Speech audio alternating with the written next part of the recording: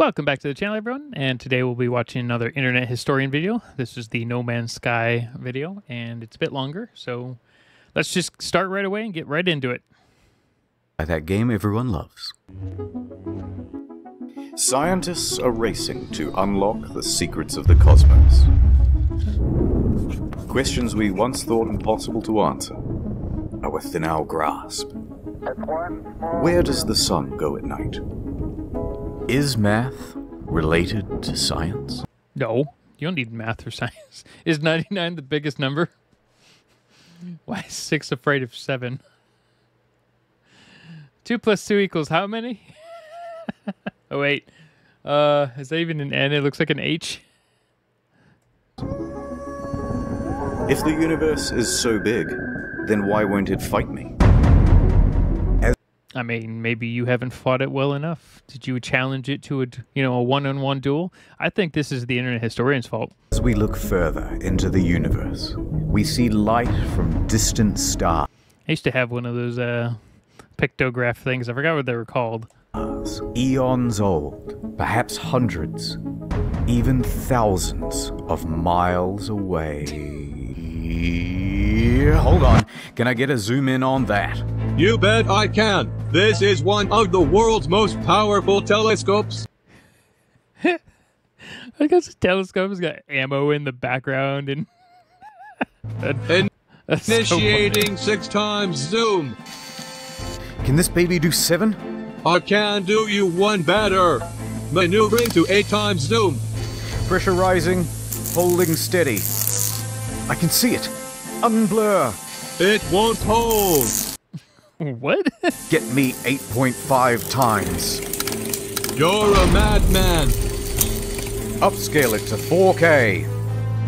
The helium tanks will go critical. Opening the blind. Is this game? Are you trying to insinuate that this game is run on Bethesda's engine? Hold her steady. Uncropping and increasing aspect ratio. Now, punch it. There it is. Perfect. This game was flawless when it launched. I won't hear anything against this game. Life on another world.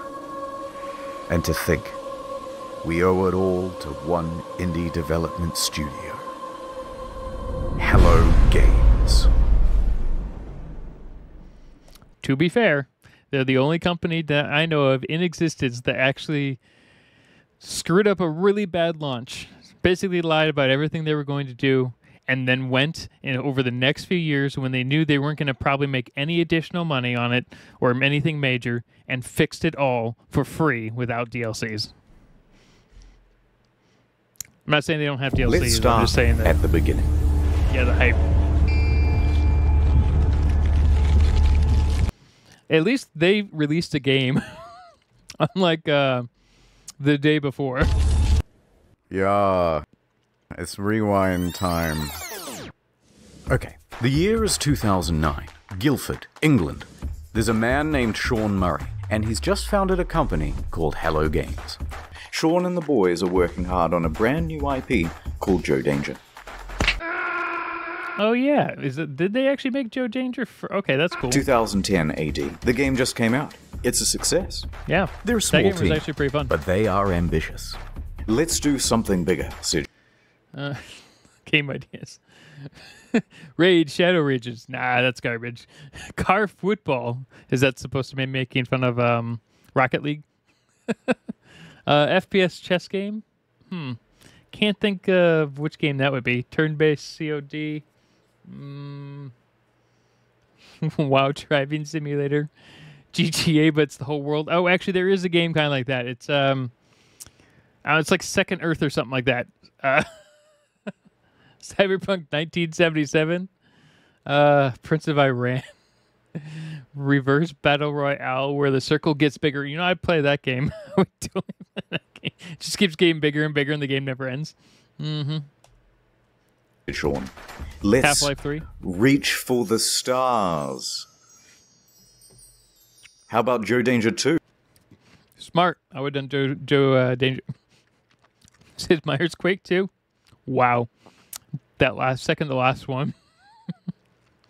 They ever made Dark Souls, but it's really easy. It's called Diablo. Brilliant. It's 2012. Diablo 4. Joe Danger 2 has just come out. But that one doesn't perform as well. Aw. We need to do something even bigger than Joe Danger 2. You know, they said Fallout, the prequel, before the apocalypse. Do you know how many people would buy that? A ton of people would play that game.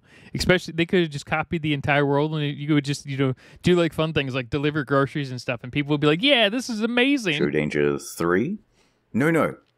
Even more out of this world. Something no man has done before. Oh, I just realized all these are different. They keep changing the titles for all the games every time it switches between clips. Yeah, just add hundreds of levels. Joe Danger, the mobile game? Oh. Yes! And that came out in 2014. Seriously, guys, biggest thing you can think of. I'm just a stock image, dude. Why don't you think of something? Sean pondered for a moment, then turned and looked wistfully into the mirror. Reflected back was the visage of Neil deGrasse Tyson. If you're going to make a space game first person, it's never been done before. How about that? I'm going up in orbit. Weren't they already talking about what was that game? Star Citizen. Wasn't Star Citizen still around this time? And kind of going ish. To repair the Hubble telescope? That's not a knife. Who are you going to have sex with? How much microwaves are coursing through your body now? The planet, said Murray. Space game. Come on, you can do Procedural generation There you go. planet. Okay, that sounds good. Okay, so this is the first one again. I want to see what the other one we was. all agree. So they set to work, cobbled together a prototype, and by VGX 2013, they are ready to announce another new IP. No Man's Sky. Check it out. Check it out.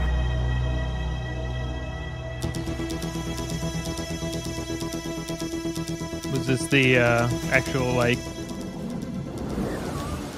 Oh, this is special. I mean, to be fair, when the trailer did release for this, a lot of people were like, yeah, this is going to be fantastic. And at the time, it was definitely really ambitious. But I think that a lot of game companies, and this is what a lot of game companies do, is they'll release a trailer like this, which is fairly easy to create, but have none of the actual parts working for it. And then they're like, okay, cool. Now that you guys all pre-ordered the game, we have deleted 50% of our original plan. But you'll still buy it, right? Oh, also, we're not going to put it out in a DLC or anything. We're just going to, just not do that. But you're still going to pay the $300 for the gold edition, right? That just reminds me of, what was that Call of Duty game? It was really bad when it first launched. It was... it was one that had it started with like a V or something like that. They put a lot of effort into the zombies, but actually failed. This is special. Yes. No.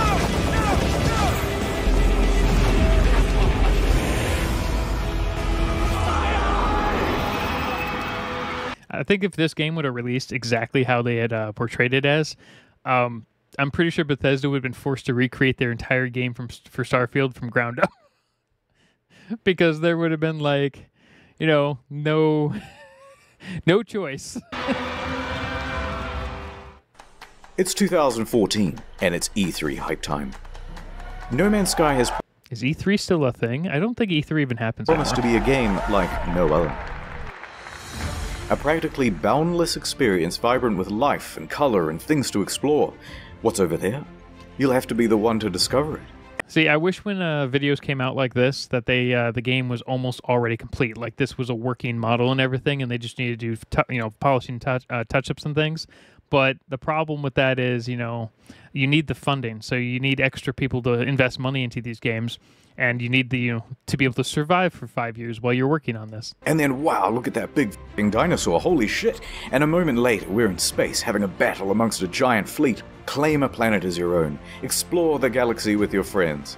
Okay, that's it. This is going to be the best game ever, you guys. It even won awards for its hype. Yep. I mean, to be fair, you can do a lot of that stuff now. I don't remember if they added multiplayer, though.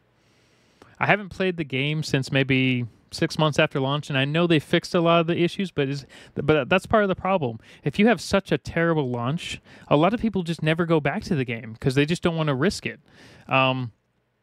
Or if there's a bunch of DLCs or anything like that, kind of like Cyberpunk 2077. There's so many issues with it at launch, and they kind of mostly fixed the majority of it 2 years later.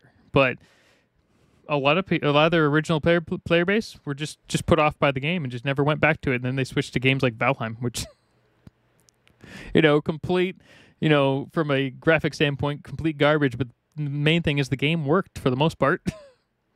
And it will release in June 2016. The hype train was officially loading up and ready to chug out of the station. At every stop of the journey, there would be press junkets talking about the amazing scale of the game.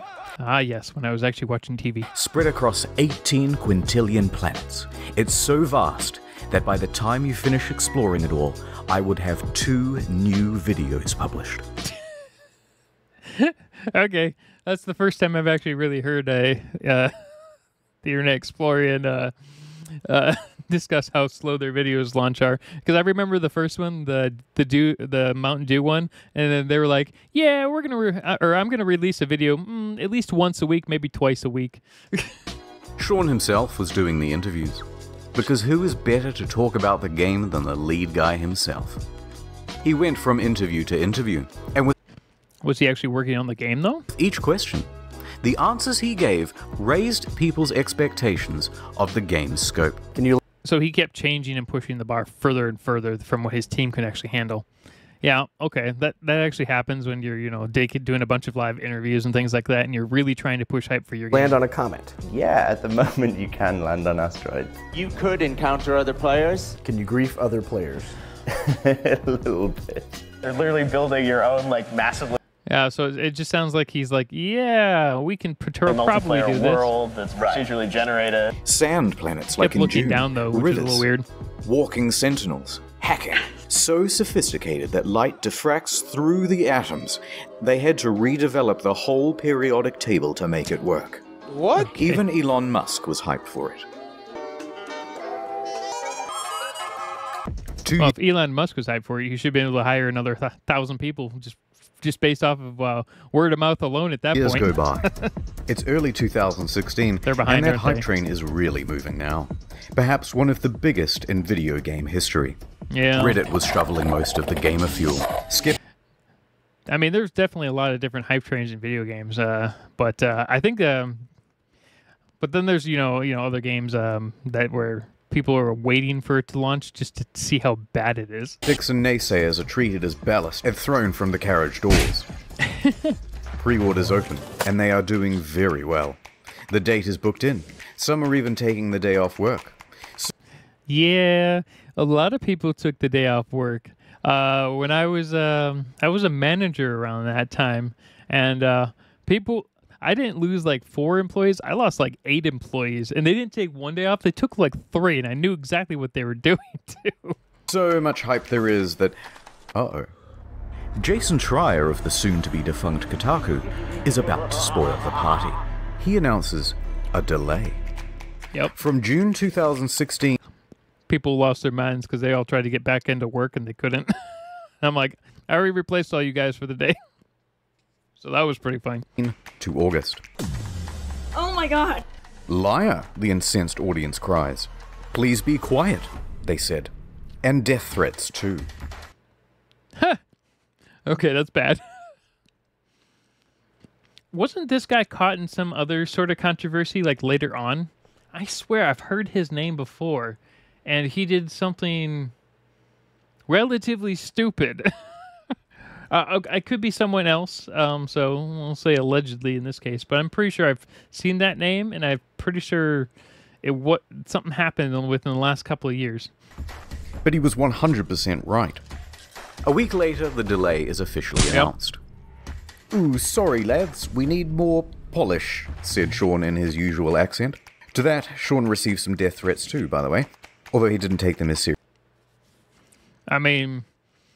Lots of people release death threats to everyone. The internet is filled with a ton of toddlers who just lose their mind over the littlest things. Seriously, or go to the police. Yet. Sometimes foreshadowing is relatively obvious. But the impatient crowd relaxed a bit and said, fine, we will wait. But we expect a level of polish no man has ever seen. Speaking of waiting. So the upside of this whole debacle is a lot of people now no longer expect anything from game companies. So, and that's actually an upside and a downside. It's an upside for game companies because now they can just release random garbage, and they can just be like, "Oh yeah, we'll patch it day 1, maybe day 30, maybe day 500, we'll patch it." And you guys just have to live with it now. And everyone else has kind of just given up and kind of gone along with it. That's kind of why, AAA games are getting worse kind of over time. Shadow Man here. Have you heard of Raidy Shady? My wife died in a plane crash. Hey, let's get serious for a moment. Raid isn't just a game with 15 million downloads in the Yeah, it's 14,500,000 bots. last 6 months. It's a lifestyle. Think. That's also, at least 500,000 people just downloading the game multiple times on different devices. Differently. Play Raid differently. How do you play Achieve How do you play that game differently? It's literally the same thing over and over. your dreams. I'm sorry, sir. You've contracted raids. That's good. That was a good one. Congratulations, it's Gorgorub of the Undead Horde. My life for Nezu. You've just collected one of over 400 champions. Why, hello there. I think I saw a recent raid commercial where it's like 600 or 700 champions now. Have you heard about the... No. Okay, we're back. Apparently I pressed I, not K. the online RPG PvP? It's extremely well reviewed on the Play Store. Yeah, I don't know how much of that's real. I mean, it plays, it doesn't freeze up all the time, so I guess that's good enough. Oh. Technically, you could probably play for free forever, so that is actually a nice bonus to that game. There's no, direct major paywall. You remind me of my wife. Wow. Raid is more than just a game. It's a reassuring pat on the back from your dad. It's a warm bowl of soup on a cold night. That's not a very good looking It's one last dance at your wife's funeral. Wow. If you haven't played it... Wow, jeez. Imagine being at your wife's funeral and everyone watching you and you're dancing with their corpse. in the arena yet, I'm gonna break into your house. You're all getting raid for Christmas, kids. Yay! Yeah, that's like creepy as heck. And if you download now, kids, using the link in the description below, you can get an extra 50k silver and an epic champion. Wow, you're the best dad ever. Let's see, your 50k silver in that game gets you nothing. Ever. Wait, Mum's dead? Oh god, that just got so much worse. Raid Shadow Legends. Ad over. So okay, that was a pretty funny let's ad. talk about the team in charge of all that polishing. Oh, it's right. Small. I forgot we were actually here for another game. Tiny. In fact, I haven't been able to find a smaller team behind a AAA release. All of these expectations are on the shoulders of just 6 people. True, but at least these were 6 people who actually apparently knew how to build games. Expanding to a team of 15 by the end of production. Oh god. July. It's just a couple of weeks until the release date. Whatever the state of the game by now, however much it's finished, that's what's going out. The Hello Games team celebrates with this iconic image. The quintessential soy face. They're exhausted. Look at what video game production does to a man. God, what's wrong with... I mean, yeah, but how hard is it to just shave off your beard? Maybe you really wanted a beard. I don't know. Nonetheless, the last one, yeah. They continue, working on the day 1 patch, and... uh-oh. Sean, If your game isn't coming out for another 2 weeks, then why is there a box copy on eBay? All right, let's face it. People from game stores steal copies all the time in advance. That happens literally all the time. Just because it's not coming out doesn't mean it wasn't shipped out already to companies. That's right. It's a leak. Oh, an actual leak copy? That's actually pretty interesting. I actually would, like, was it leaked from the company itself, or was it leaked from just a store? Someone broke the embargo and is selling early access to the highest bidder. And the bids start rolling in. Yeah, I bet you, let's say a streamer bought this, right, early. They would totally risk this just to get on stream, 2 weeks early, just to see how good / bad it was. It reaches $1,300 US, sold to some guy with the Reddit handle Damien. He gets his hands on it and starts uploading footage to YouTube and Daily Okay, so it was an actual copy. Motion. What the frick? Said Sean and Sony. Yeah, so Sean, Hello Games, I figure it would be much harder to be able to stop it, but Sony definitely has the ability to stop and push a cease and desist out. Damien finished it a lot quicker than expected, but he gave it a decent review. There are things I don't like, there are things I like, but at the end of the day, when I say to myself, what is this game supposed to be? What I'm looking at right here, this is what the game is supposed to be. He noted a few problems, but said he was I mean, with patches, that's not a huge deal, but I guess it's mostly likely because the main guy lied about so many of the initial launch things that you could do. That was the biggest problem with this game. Optimistic that they would be ironed out with the day one patch. Sean? I think their biggest problem was they put in a storyline. It's another leak. Some retailers broke the official release date. That actually happens more often than you think, because I've worked at game stores before, and a lot of them break it accidentally because they're told to go put out stuff just by head office, and head office doesn't really pay attention to certain types of dates. Journalists too, and they started streaming playthroughs of the game. What the Sony tried to DMCA all these videos, but their aim was terrible. Round of applause, everyone. We've officially become No Man's censored by Sony. Really? Our news story from earlier this week about No Man's Sky leak. So they were randomly targeting people who just talked about No Man's Sky versus actually not having the game. Has been hit with a copyright strike on YouTube. They went bumbling around from platform to platform, just taking down any video that even talked about the leak or showed the trailer footage. I mean, that sounds exactly like something Sony or Nintendo would do. Primarily companies in Japan would do this. But it was too late. The footage had people talking more skeptically about the game. Especially because there were no early review copies. That's bad. And yeah, that's not always a good sign, especially when they lock open beta behind closed beta and then tell everyone that, oh, by the way, closed beta is only family friends of the company. It was looking like the weight of all these expectations had become too much. And the whole thing was about to give. Oh no. It's August. Everyone's here. We've all bought the game and we're fucking hyped. Yep. I mean, hey, at least the game, for most of us, didn't crash the moment you put it in. We go, lads.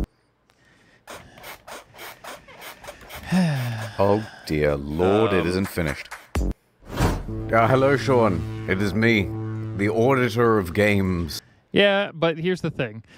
Almost all games now are released in a state almost similar to this. They just are, and this may have given a lot of the big AAA companies kind of the go-ahead to launch games in half-finished states. They just don't care anymore. They're like, yeah, we'll eventually fix it with a patch. Gamers have short attention spans. I used to work at an astronomy lab. Don't worry about that. It seems like you've made a lot of promises. Promises that you have not kept. Let's go through the checklist. Have you got any large-scale joinable space battles? Nobody would want that. Ringed planets? No. No. Fine. Well, at least let's see here. No ringed planets. Can't land on asteroid. That would be the biggest one for a lot of people. Live radio chatter. Yeah, no. Name your you couldn't name your ship in that in the beginning? I guess not. Play as a trader, yeah. Let me play as a trader. Some may call this junk. Me, I call them... No. Those sand planets from June look nice. Think I might... Please, Sean, there must be rivers. No, it's not. Animals interact with each other in the environment? No. Yep. Yeah, I mean, the list was massive to what they said they were going to do, and just nothing happened, but they did fix a lot. No. Packs of walking sentinels, Sean. No. I'm literally crying right now. Should I even ask whether I can play as a space pirate? I forgot how big the list was that people really wanted. I paid a little bit of attention to it originally. I still bought the game and still played it and still had a bit of fun with it. But I remember it just being kind of like one of those kind of semi-boring games at the beginning. Maybe it's way better now and I should go open it back up again.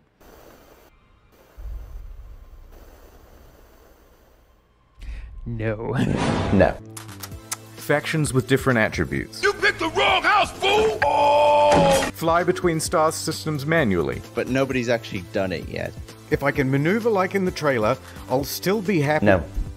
Well, day-night cycles determined by the orbit of the sun. Yeah. Really? No.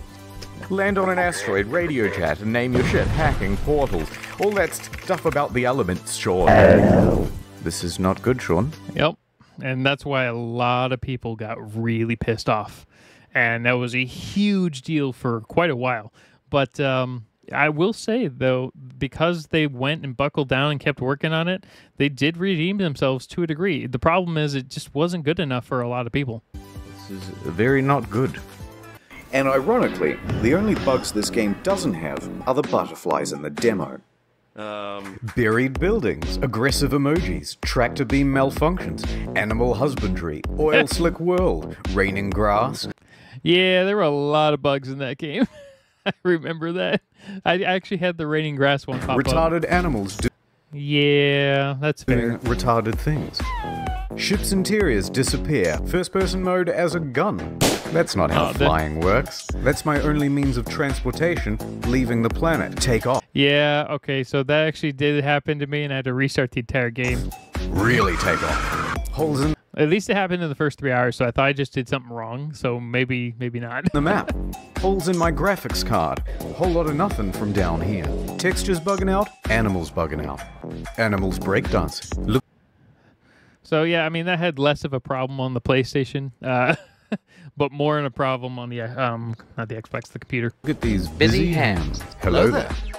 And a couple of unrequested ejector seats.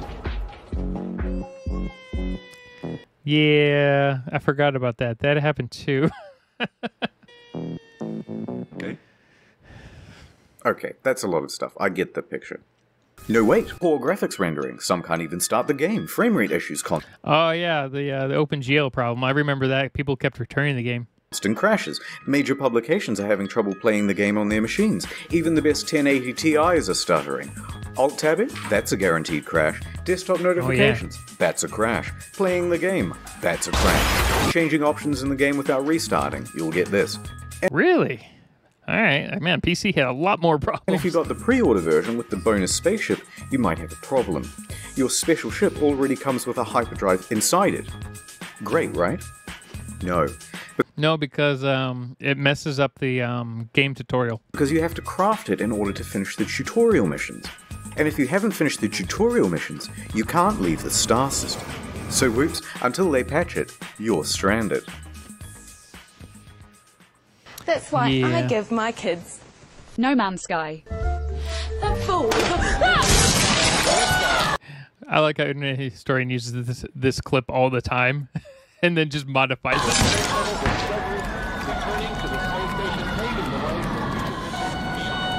Perfect. Ah, my ship's in bits!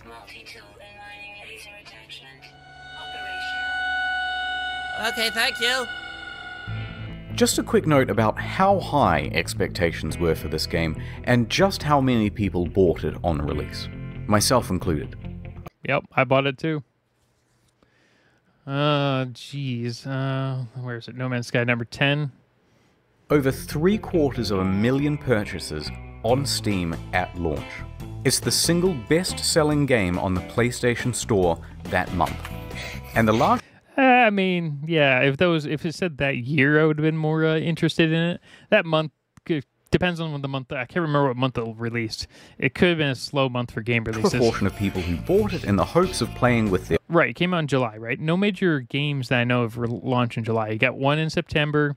You've got the Call of Duty, which is usually November. You've got the football ones, which are, I want to say February for those. So, yeah, I mean, I don't know of any major releases that happen in July and August area. So, those are slow months for gaming. Their friends, well, you're in for a surprise. This one is a literal game changer. Oh, yeah. Is it even possible to meet up with your friends in No Not at the beginning, it wasn't. Man's Sky? Well, the answer is absolutely yes. It's possible. On multiple occasions, Sean said it was definitely... theoretically possible is what you should have said. But even then, it still didn't work. It just wasn't even in the game, its files itself, I don't think. In the game. Will you be able to play with your friends? Yeah. Can you run into other people, other players on the game? Yes.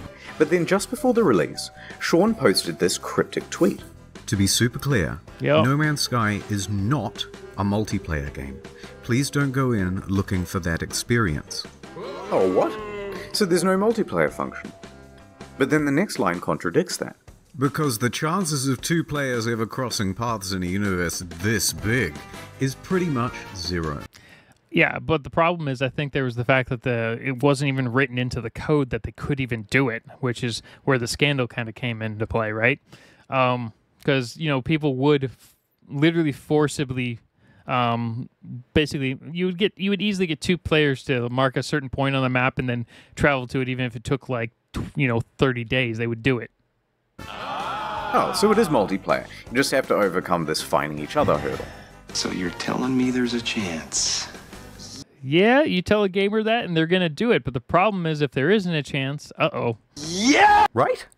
No, it's more confusing than that. Because the box doesn't mention online play, just network features. And the collector's edition had its online play icon stickered over. So customers are going, which one is it, Sean? Just tell us if it has multiplayer or it doesn't have multiplayer. Sean wouldn't give any answers.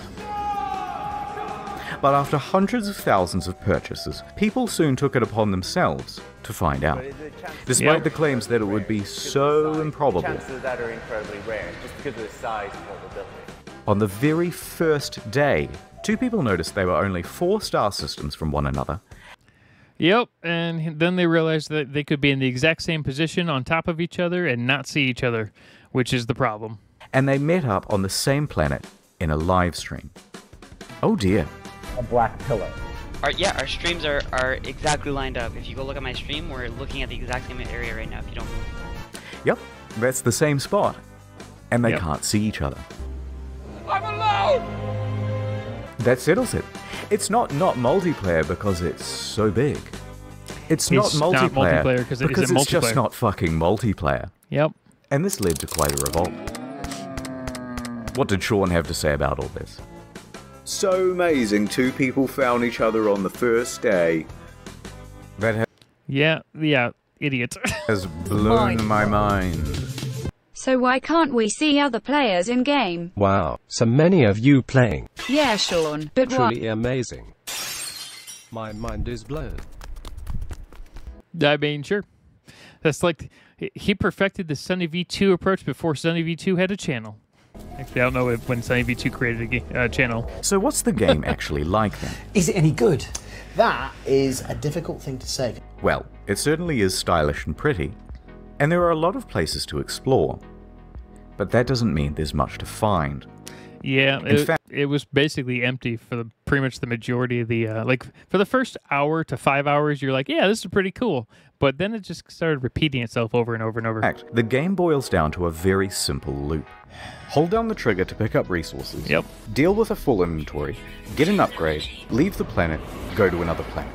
Hold down the trigger, deal with a full inventory, get an upgrade, leave the planet, go to another planet. Hold down the trigger, deal with a full inventory, leave the planet, go to another planet, deal with a full inventory, get an upgrade, leave...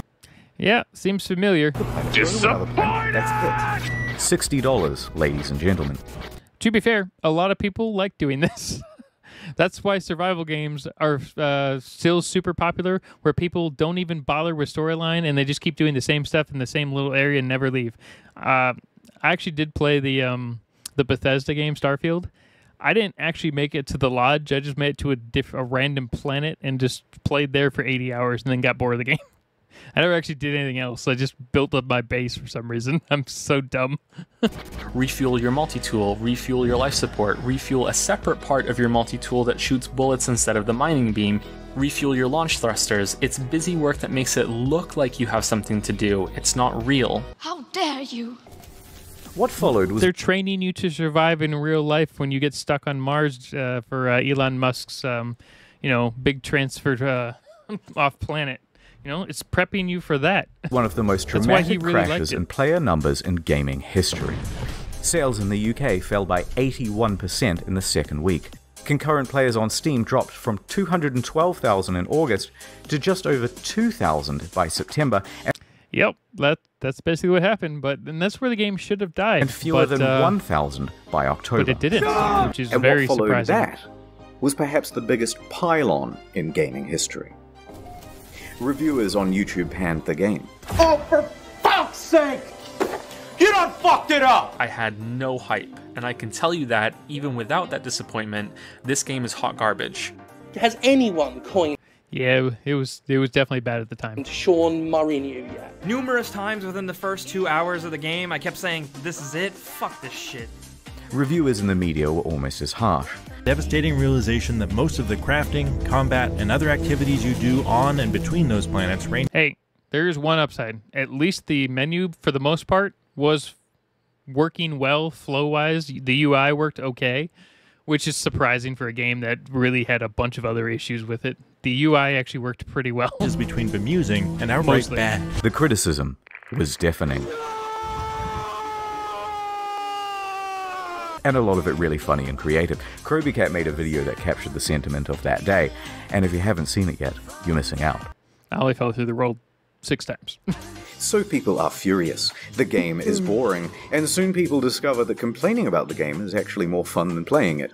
Yeah, but that's what a lot of people do online anyway, It doesn't matter. There are people that won't even ever play the game, and they'll still go online and complain about it. I'm now 3.5 hours into the tutorial, pretty much. So they started complaining about it like they were grinding for an achievement.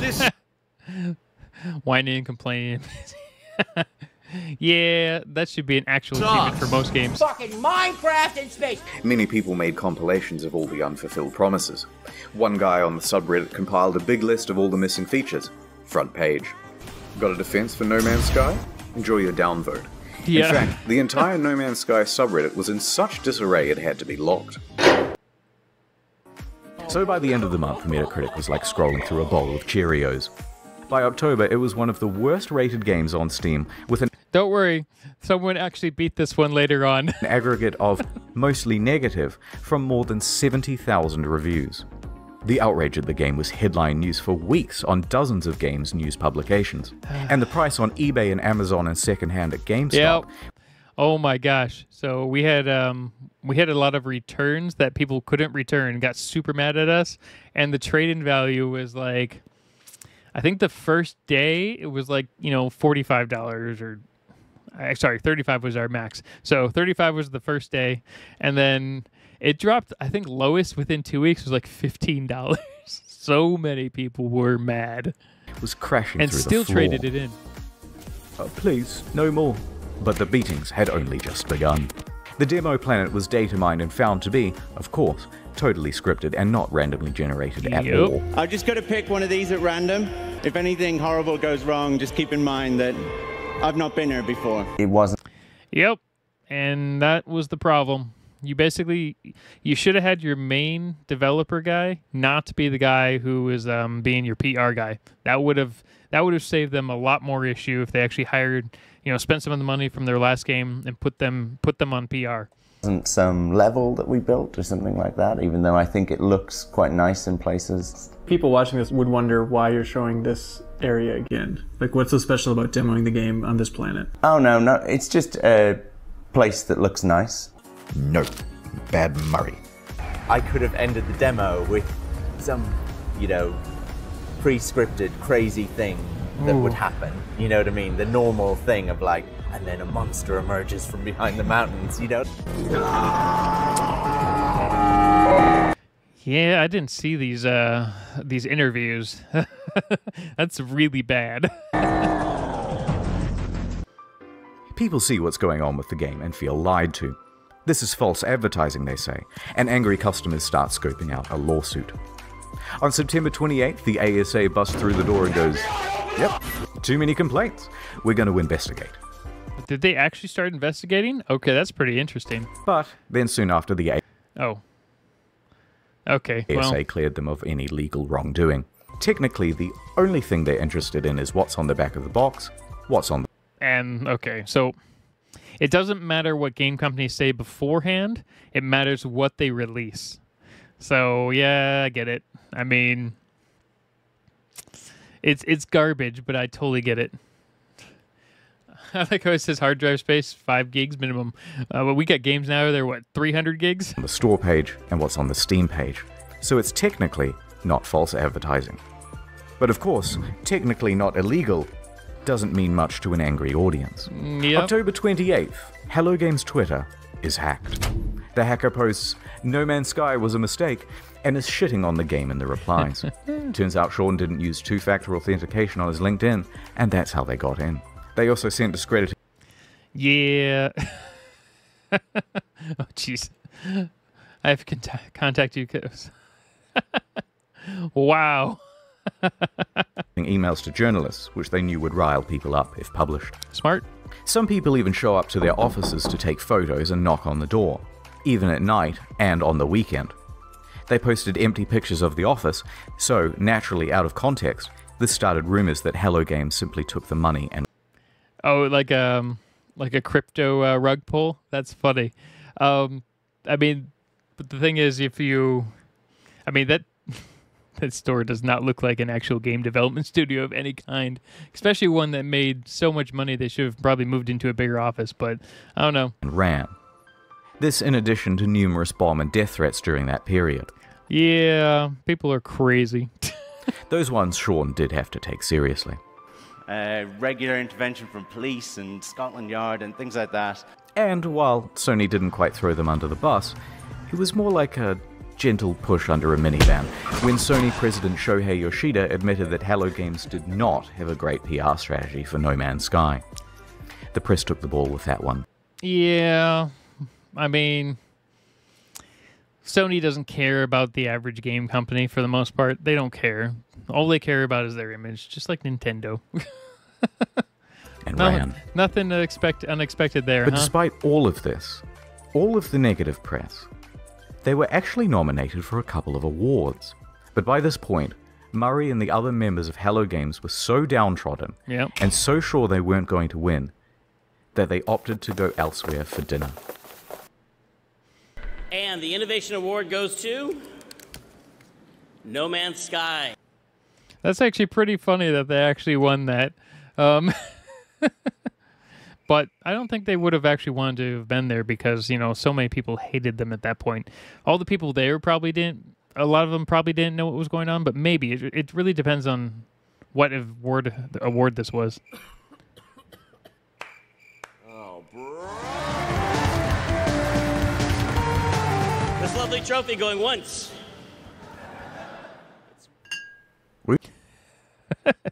Apparently. We didn't think we'd win anything. My bad. Oops. I'm going to accept this on the behalf of Hello Games, and congratulations to them. And I'm going to walk off stage like I planned that whole thing. By this point, you've got to feel just a little bit sorry for them. Please keep crying in the showers to a minimum. Thank you. The Hello showers. Oh, I didn't see them in the bottom. They're, you know, in the fetal position. And then what followed that was the final straw for many. No particular incident, but a lack of incidents. Silence. Yeah, they were silent for like months, weren't they? 3 months of not a damn word from No Man's Sky. So it really did seem like a rug pull to a lot of people. Where are they? Where is my refund? Where is Murray? shouted into the void. The game was over, and it was dead. And this is where most games that have done something like this would have just failed and moved on. But not these guys, which is what I find to be very interesting and a unique case study.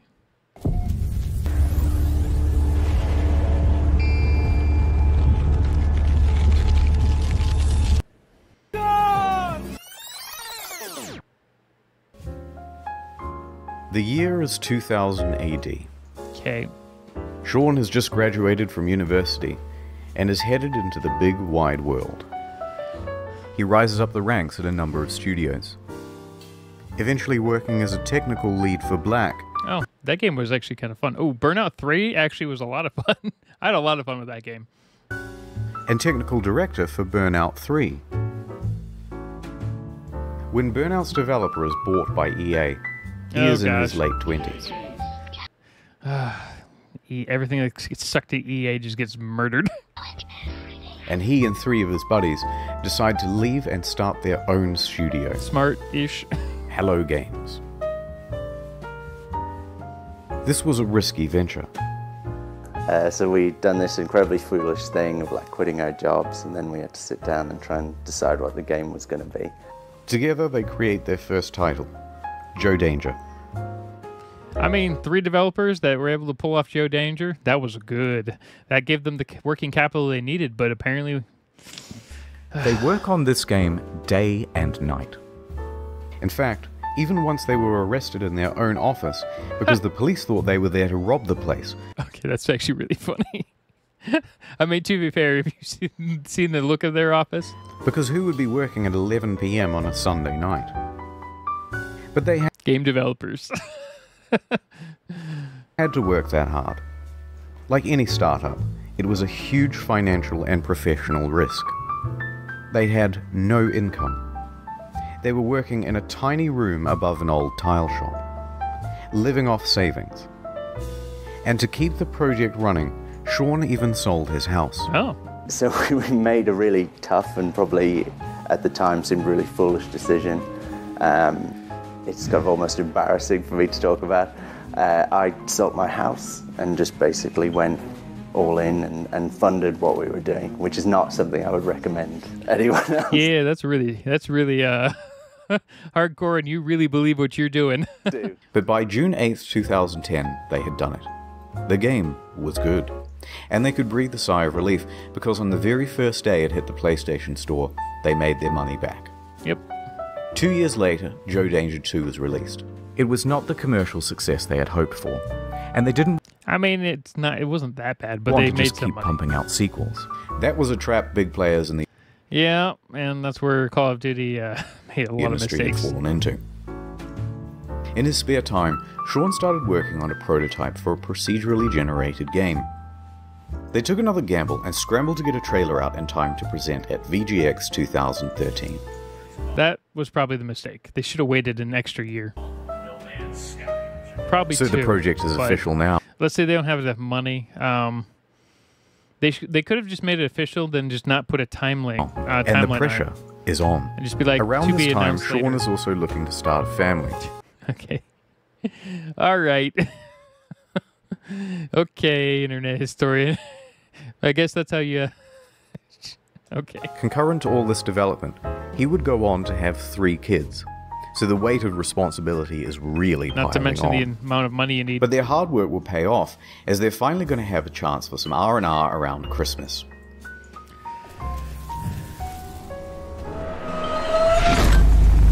They woke up to find their homes flooded, their cars submerged, Really? and their plans for Christmas Day very much ruined. Bad news. Rain. Rain and flooding in the south of England, right around the Hello Games office. They are completely inundated, and they return from their holidays to find laptops floating around at waist height.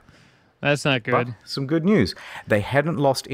Sony kindly offered them resources to help them recover from the floods and scale up production. But they declined the offer. Okay. Any data. So they pull together. Soldier on. Development continues. I wonder if they declined the offer just because Sony was going to basically tell them that they were taking a larger cut of the final price, which would be a whole reason to just take out a loan and do it yourself, right? So there they are, working in a damp office, and then ding dong. Ooh, who's at the door?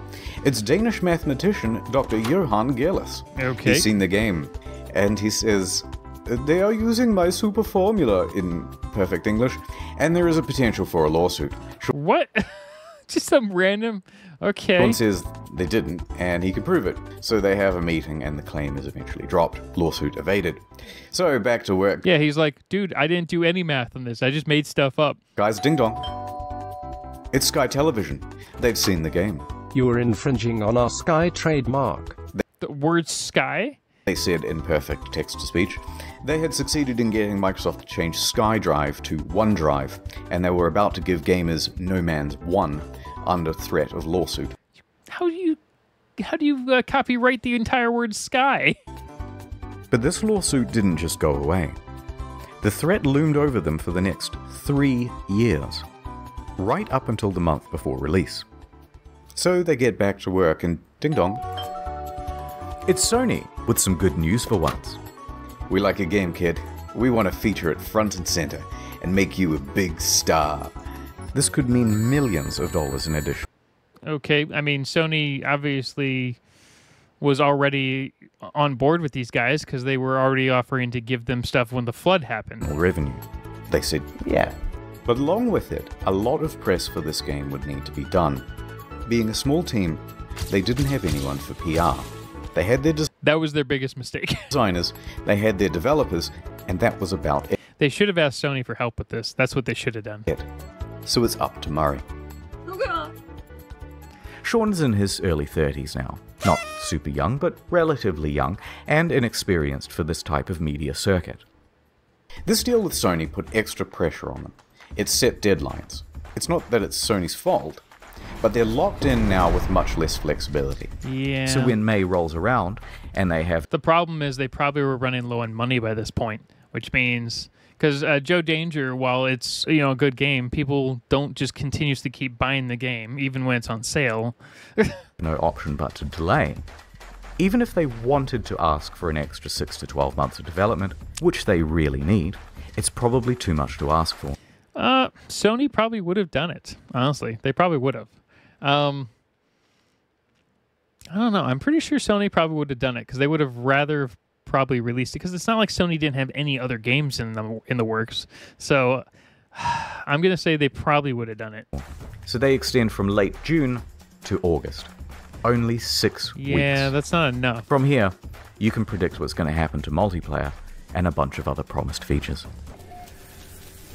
So here's how the hype happened. Scope of game. Time. And here's the line which shows the reality of development. Progress is steady and ends in August 2016. Now here is the line of player expectations. It should start out here and follow along the purple, but the overhyping trailer comes out and puts us way up here. This is special. Which isn't that bad, but the problem is, all the stuff that Sean was saying when he was out on his stupid PR thing, pushing the game further and further, and it just kept going through the roof. It features a bunch of things that Hello Games thinks they're capable of having in the game by 2016. That's the first big mistake. Yep. Then it's announced for PlayStation, and it costs $60, and there's a collector's edition. Second... I mean, wait, was the collector edition only $60? That's actually not too bad. I bought collector editions that were way more. Even bigger mistake. That puts us all the way up here. And I think this is the main problem, because price tags set expectations. That's for a $60. Okay, that used to be true. When this video came out, that was definitely true. Now, I don't think a lot of people expect price tags to set expectations anymore, because what happens is any game that doesn't want to set any expectations will just release it free and then put in $20 season passes and then give you $20 cosmetic items for single items, and you'll end up spending $1,000 on a free game. Well, a game, this was seriously barren and disappointing.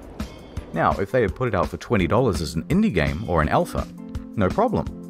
But when they but alphas now go out at full price. Gave it the AAA treatment, people rightfully aligned their expectations with now they have quadruple A, or at least companies like to think they do. Skull and Bones tried that. other games in that category. That is the main reason customers' expectations were so skewed. Then Murray went to interviews, exacerbating the problem. Every time he mentioned a feature in the game, even in passing, fans set their expectations to AAA heights for that feature. Yep, and kept raising it higher and higher and higher, and then that's what happened. They just screwed themselves over. Now, some people think the interviews are the main problem.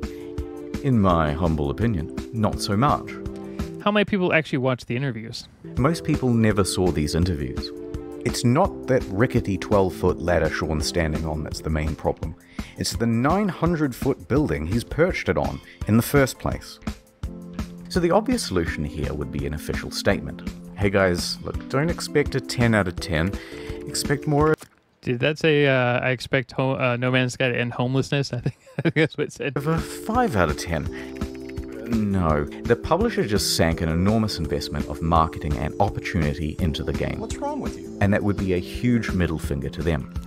The publisher isn't going to make you hype the shit out of it. I think the publisher should have demanded a copy of the game to see where the heck you actually were. So this might be partially on Sony for not doing that. They should have definitely demanded some extra proof here. Your game, but you can't talk it down either. So, he's kind of stuck up there. In some ways, during the interview, he tries to temper expectations, but it's limited. Can you build a space station? No. But let's not You should be able to build a space station. gloss over the interviews. Sean is a technical guy. He's a developer. He's also the introverted type. And the big lights and the stuff on camera does not come naturally to him. Is it super nerve-wracking to talk on stage at E3? Yes. Yes, definitely. I personally find going on stage at E3 like the hardest thing I've ever done. That's something that I would have had in a nightmare before, you know? Yeah, I mean, that's why a lot of people start like YouTube channels. You know, I started my channel because I did not like talking on camera.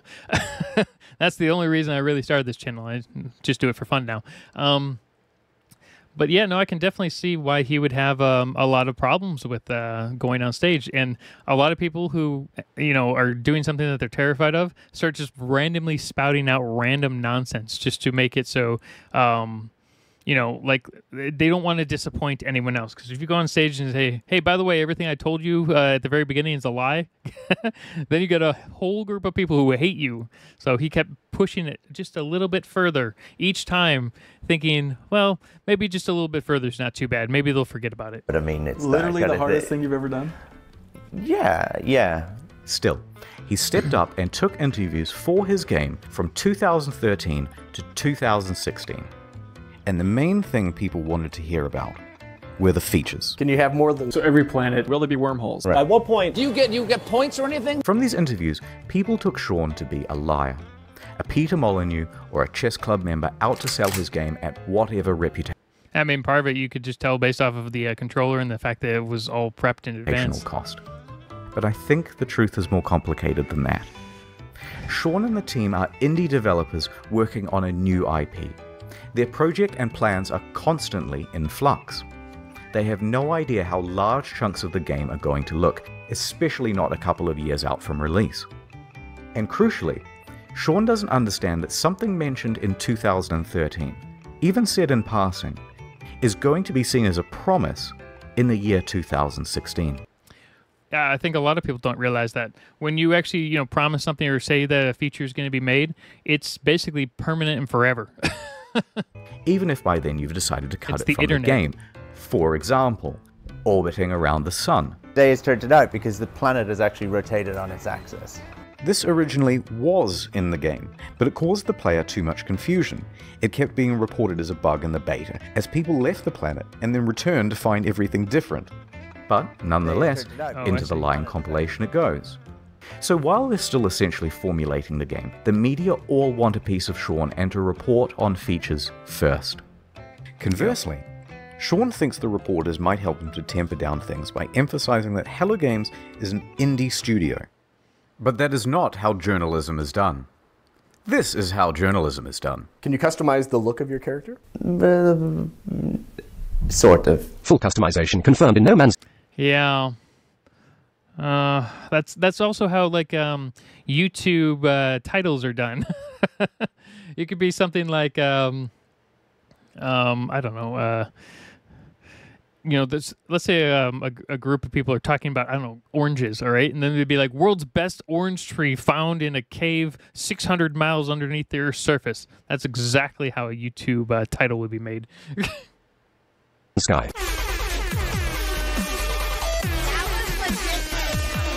Periodic table to create atmospheric particles that would diffract light at just the right wavelength. Who the fuck told you? The press kind of operates downstream from the community because things are click-driven as to what stories you get served and things like that. But a rumor would surface from Reddit straight to the front page. There's all this hype, and the project has increased in scope dramatically and keeps increasing as the months go by until a point. They are close to the deadline and have to delay, and the reality of what they can achieve in the little time remaining.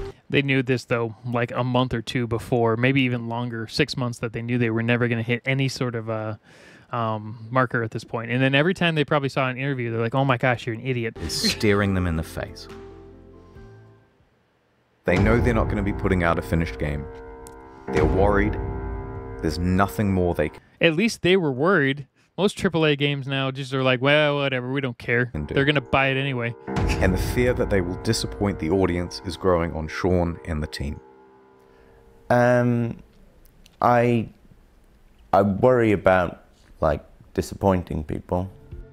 Upon release, all of these clips are seen as proof that Sean is a liar. And what doesn't help is his body language. I mean, it's kind of the body language of someone who is lying. And this is why I mentioned he's an introvert. Remember, he's a technical lead. Actually, a really good one. But not a salesman. Cut him just a little bit of slack, because this is simply how he talks. Here are some innocuous questions, and he answers them honestly. Lead producers on No Man's Sky? Yeah, I guess I'm a developer on it. I suppose the creator or something like that. No. I really like making games. I don't necessarily love talking about making games. Yeah, so he's a great developer, but they really should have hired literally anyone else for this part of the job, which is, you know, a good example of a small indie company that does a really good job with their social media stuff is Coffee Stain Studios. And Satisfactory specifically. Coffee Stain Studios is actually a bunch of different little small developers kind of linked together, and they're all working on different custom projects. But Coffee Stain Studios with Satisfactory has a fantastic social media team that actually just knows exactly what they're talking about. They understand the game, they understand the limitations of the game, and they understand how to temper everyone when they're like, yeah, this isn't going to work. We're not going to put this in. But they don't just lie about it. And that's what they really needed. And I would say Coffee Stain Studios is bigger, definitely bigger than these guys were, at least at the time. But they still did, they were working around the same time. They were working on Sanctum and Sanctum 2 around the time these guys were working on No Man's Sky. And they were a really small company at the time, but they were doing everything a lot better, at least from a PR standpoint and not lying about things standpoint. And I don't even know if this guy really meant to lie. I think he really thought he could do it, which is part of the problem. I think you did a good job, even though you guys are very nice. Mate, seriously. Same body language. And Jesus Christ, they have him up on stage and in front of cameras and bright lights and on the goddamn Colbert Report. Try keeping your nerve on that. Nonetheless, free of that context, the clips have him cemented in the community as a liar. Yeah. I mean, technically, he still was a liar. That's part of the problem. So the graph plays out right to release. And that graph, it's actually a track. And that track is what the hype train runs on. So it comes barreling up the hill, instead of neatly pulling into the station. And it smashes off the ground. And it comes crashing right through the roof. Through the floor and then the down disaster unfolds. 6 stories. They are absolutely shit on. Yep. So there was Sean and... I mean, to be fair, they did deserve that. That is really what they deserve because they basically released a half-finished game. And this was at a time when you couldn't just release half-finished games. You can now, but you couldn't then. Hello Games, surrounded by the rubble of their former reputation. Punished Sean was at his lowest point, hated by the majority of the gaming community. But they were to be fair, I mean, if you're hated by Reddit, who cares? Still alive. And they had made tens of millions of dollars. They were left with two choices. Take the money, start a new project, and be a pariah. To be fair, a lot of companies do this. They're like, they just give up and they're like, all right, we're done. A cautionary tale of the industry and hated by the gaming community forever. Man, I got really bad allergies today. Or pick themselves up, get back to work, and with potentially no profit motive, finish the game. Literally almost no one has ever picked option 2. And this was very surprising when I first started hearing about it, about 2 years after they started working on it. It allowed me to do something that I've always done in difficult times, whether it was crappy bosses that I've dealt with before or crappy situations at school growing up. I got my head down, I sat in front of a computer, and I made games, which is what I enjoy. They picked number 2. So, here's the plan. The team is assigned to fixing bugs and the most obvious problems. Okay. Go. Sean tells the team to stop reading all the overwhelmingly negative feedback on the game. That was smart. Yeah, and just buckle down and get to work. And he reroutes all of it to his personal devices. Emails, forum posts, Google News alerts, player feedback, it's all going directly to him now. Then he starts breaking that down into data sets. People who haven't bought the game, people who have bought it and played it for 100 hours, people who have returned it, etc. I don't think any company ever does this. And this is like ridiculously well done in how they decide to go through this. Like on the left side, death threats. Then he starts compiling those complaints into usable data, focusing on the people with the most sincere experience of the game. Then we start making... I like how death threats is still in the middle there, like 50%. A big laundry list of all the things that need adding and prioritizing. First thing to fix is that full inventory. Then community mod support. Then a third thing, etc., etc. This is going to take an enormous amount of work to pull off, and they're not going to make the same mistake twice. So they would need to sharply adjust their PR strategy. Anything they said right now, an admission of guilt, I've made a severe, would be met with criticism. Denial, it's not that bad, would be met with criticism. Corporate speak, well, we endeavored to make the best game we could and we are proud of what we have, would be met with criticism. Half of the problems have been caused by speaking too much. So they just buckled down and got to work. They did the Sunny V2 approach of video games. So they were going to do a complete 180.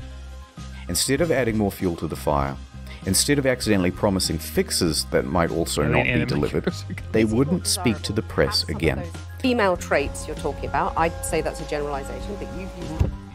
They were going to speak to the community directly from now on.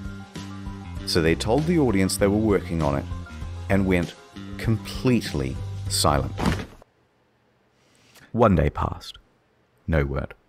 2 days. A week. Have you heard from Hello And this is where another group of people were like, well, great, now it's just a full rug pull. Games? They just had this disastrous release. Nope, haven't seen them. I hope they're working on the game. 2 weeks. Dude, are you working on this thing? Just ignore them, just work. 3 weeks. Okay, what the fuck is going on? WTF, it's locked. Did they actually send someone to go check? A month. They took the fucking money and ran, didn't they? Yep, that's exactly how a lot of this stuff works. Don't say anything, it's not going to help. 2 months. 3 months. Yeah, this now feels like a crypto rug pull. By now, most people were convinced that the game was abandoned. They had made their money. It's all over. Then, after over 100 days of absolute silence, a tweet. Foundation. The first big patch. This was actually a fantastic patch. I actually came back to the game for this one, so and played probably for like, I don't know, maybe like an hour, but then I got distracted by something else, probably work. It is me, Sean. No, go away, Sean. I am mad at you. It has been too long. It's funny is they actually have an entire trailer for Satisfactory's, I think it's like Update 6 or something like that, that actually is this. I bring you gifts. Its accent sucks. It brought base building, new game. Is that supposed to be the canvas bag from the Fallout 76 series? Game modes, farming, camps, and freighters, as well as a lot of bug fixes. There were a You ton have of to bug try fixes. harder than that, Sean, to win my love back. It still fell well shy of the promised game. Too little, too late. So Sean left, returned to his team, and got back to work. To be fair, a lot of people did pick up the game again, but not enough. A few more months went by, and then another tweet. Pathfinder. I never played this update. Heard it was good, though.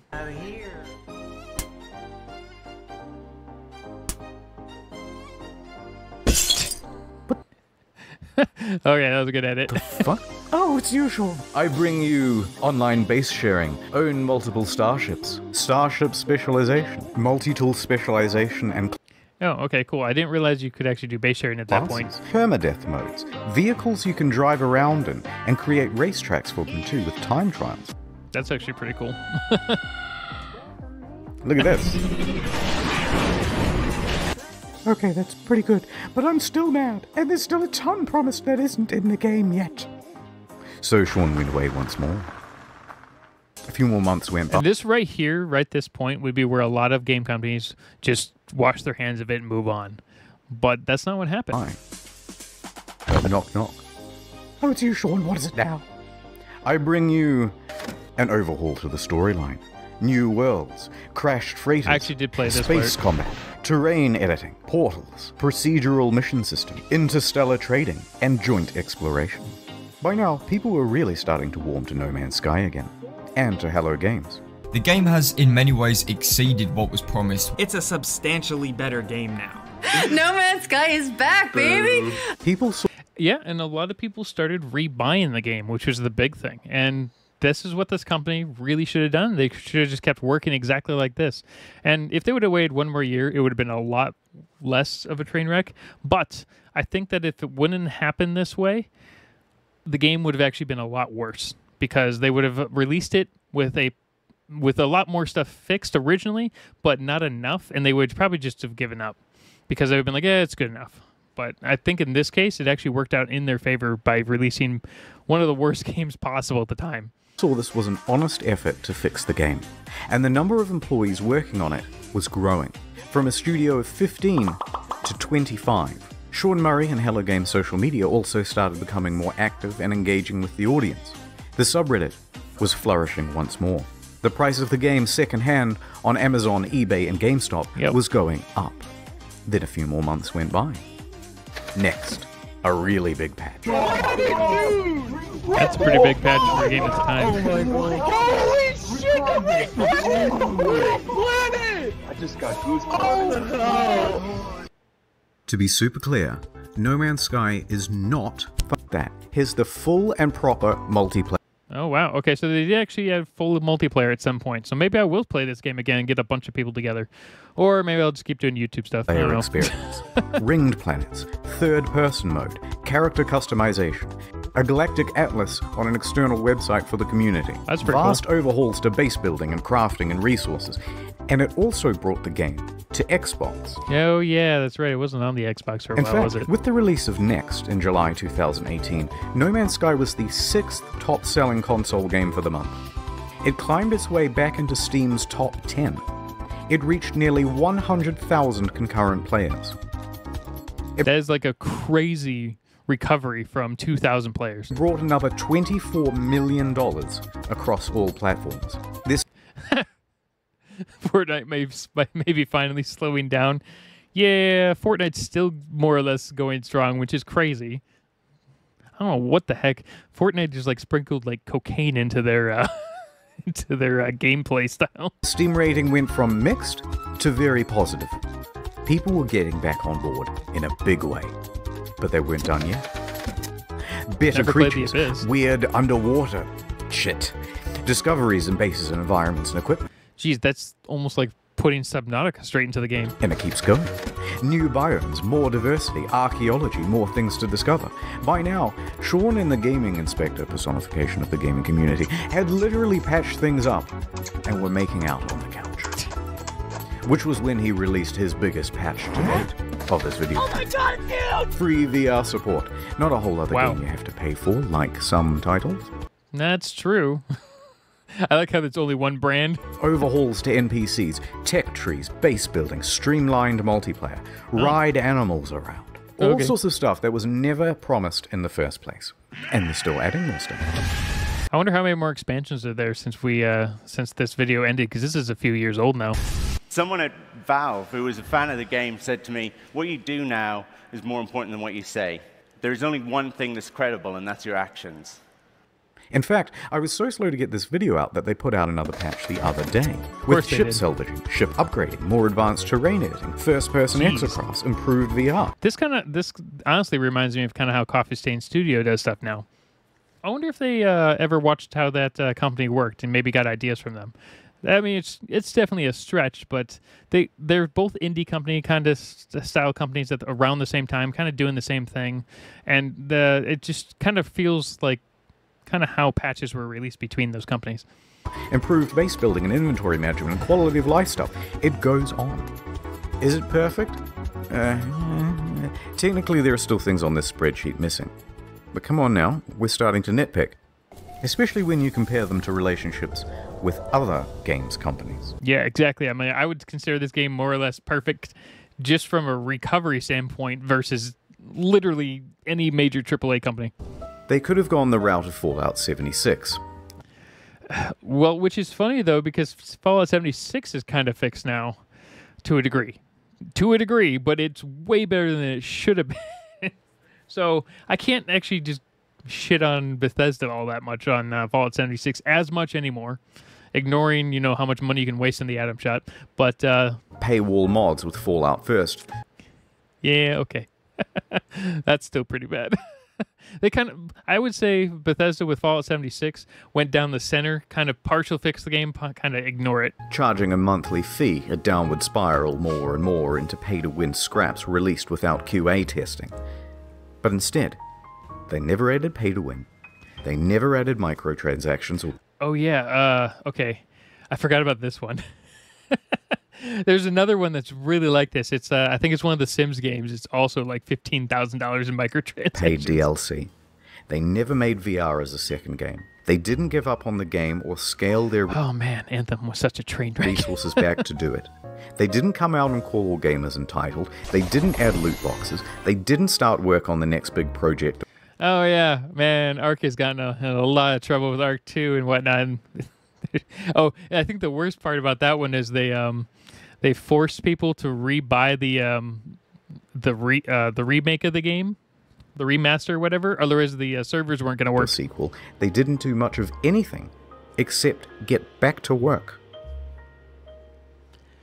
And just like that, the game once panned by critics now had awards rolling in.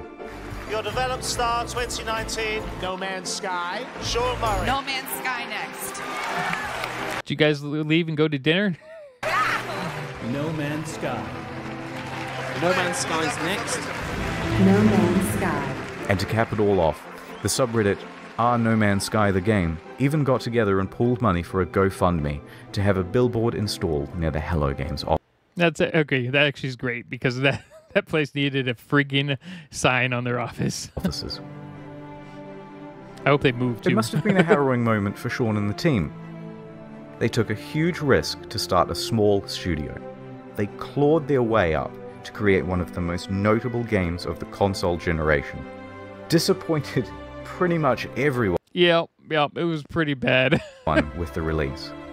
And took one of the biggest online beatings in video game history for it.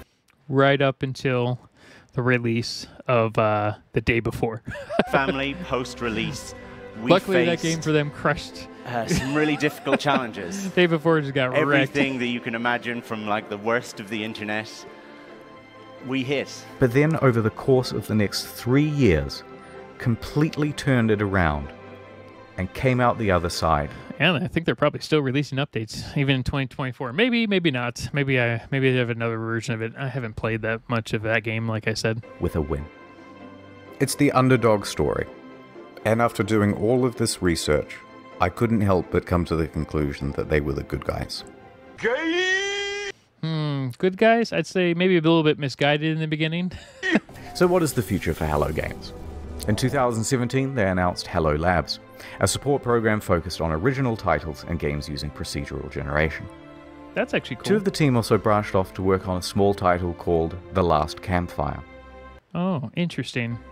But that kind of reminds me for of... the foreseeable future, there's like a Soul they're just game kind of working like that. on No Man's Sky. Let's see here. They're going to announce a new game the moment this video goes live. I just know it. I love the little clips that the Internet Historian puts at the bottom. But they kind of like hide it at the bottom sometimes. Alright, I didn't want to finish the video on like a big sappy note.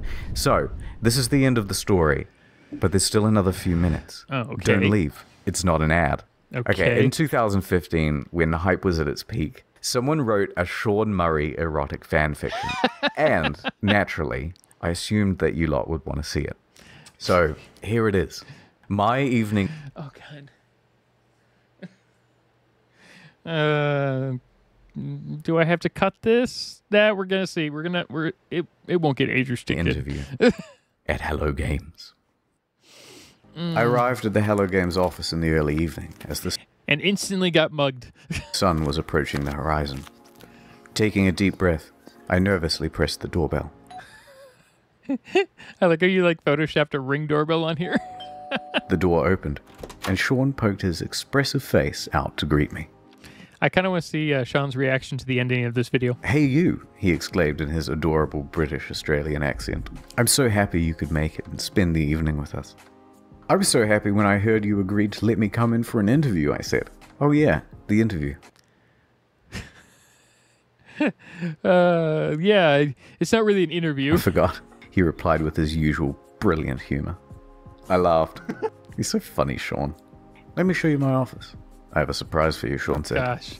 He led me to the room where we sat down on a soft vinyl couch. Is this like a casting couch? So let me show you the surprise, he said, softly. It's the newest build of the game. We just added some new features. He booted up the game on a PS4 in his office. I stared at his face. I like your beard. It's sexy.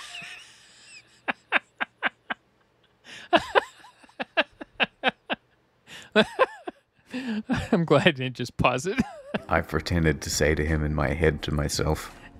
I swear when he was reading this, he's like, yeah, I can do this. I had a secret crush on him. There was something about his humble demeanor and feeble yet handsome bone structure that was so alluring. So here's the game, he said eagerly. It opened on an alien world just calling out to be explored. Maybe it's just because he's an introvert. He just didn't get it. I began to sweat.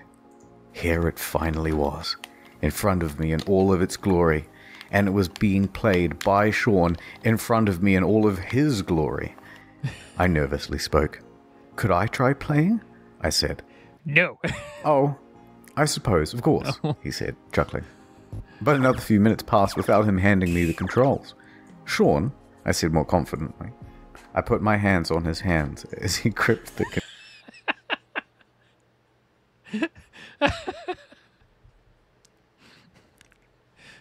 No, you can't play this game. It's not even a game. It's just a video. Controller. He looked me straight in the eyes. I stared deep into his beautiful, glistening eyes, utterly transfixed. This should have started. You should have started this with at the beginning of the video, not the end. Sure, he said. He let go of the PlayStation controller, still sweaty from his firm grip. But I have another. Oh yeah, you got another controller, huh? Where's the controller? Look at that smile. Surprise to show you. He stood up. My redacted. He. Oh, this is actually okay. I thought it was gonna be like, you know, not as bad as a, you know. You know, when he said it was a erotic fanfic, I was like, maybe it won't be that bad. He's playing it on this main channel, right? Yes, please, I said, blushing as red It's red at the tree. Wow. Blushing as red as the treetops of Aurea 5. He grabbed my shoulders, guiding me Oh, God. This keeps getting worse and worse. confidently towards the coffee table, like he confidently guides the Hello Games team towards the game's release. So what, like he shoved you down and you tripped and fell on him? The one true Sean Murray, not that baby-faced loser asshole poser from NCIS. Made sweet, sweet love to me. I wasn't sure what I was for. So The best part about this is the internet historian is editing all this extra stuff into the background. It gives it that little extra. Excited about. Finally. Redacted. Sean Murray, all finally playing No Man's Sky. After exploring the planet's surface, I entered my spaceship and took off. Just as I left the atmosphere and burst into the breathtaking expanse of space. Redacted. Jeez. I'm glad my dumb face is blocking part of this. It was an out-of-world experience.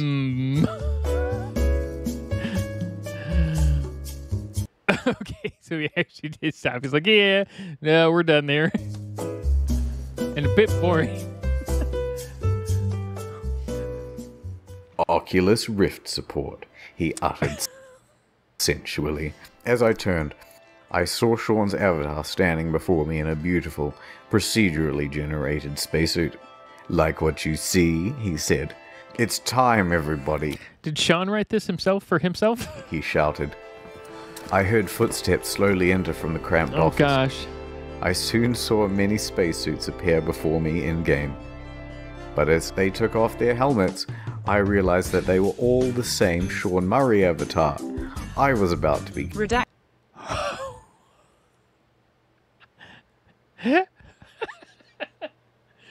Oh jeez, how did it get worse? It got so much worse. By a group of Sean Murrays. But they all had one difference. The peak. Redacted. Each peak Redacted. was different. There were wide ones, thin ones, long ones, curved ones. It was magical. I hate whoever wrote this. As the Hello Games team began to... Redacted. From It's just redacted, redacted, redacted. somewhere in the room, I heard Sean whisper, every... Redacted. Procedural. Also, I did a thing on the second channel. Please do check it out. I thought it was quite good. I should have listened to the end there. I should have ended it early. That was scarring. Thanks a lot. Go subscribe to the Internet Historian. I'm going to go take a nap. Have a good day, everyone.